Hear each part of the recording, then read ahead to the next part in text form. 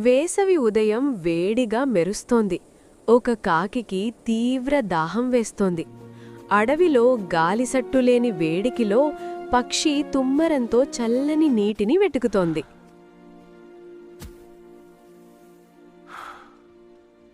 అంతలో దూరంలో ఒక పురాతన శిలకుండం కనిపించింది. దాని లోతులో కొద్దిపాటి చల్లని నీరు నిలిచి ఉంది.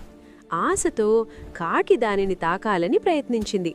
కాని నీరు చాలా లోతుగా ఉండటంతో దానిని తాకలేకపోయింది. ఈ విఫల ప్రయత్నం కాకిలో తీవ్ర నిరాశను కలిగించింది. అయినా తెలివైన కాకి ఓటమిని అంగీకరించలేదు. ఆమె చుట్టూ చూస్తే చిన్న చిన్న రాళ్లు గుంపులు కనిపించాయి. ఒక్కో రాయి తీసుకుని వాటిని కుండంలో వేసే ప్రతిసారి నీరు కొద్దిగా పైకి చేరుతుందని ఆమె గ్రహించింది. ఈ ఆలోచనతో కాకి రాళ్లను సేకరించడాన్ని మొదలుపెట్టింది.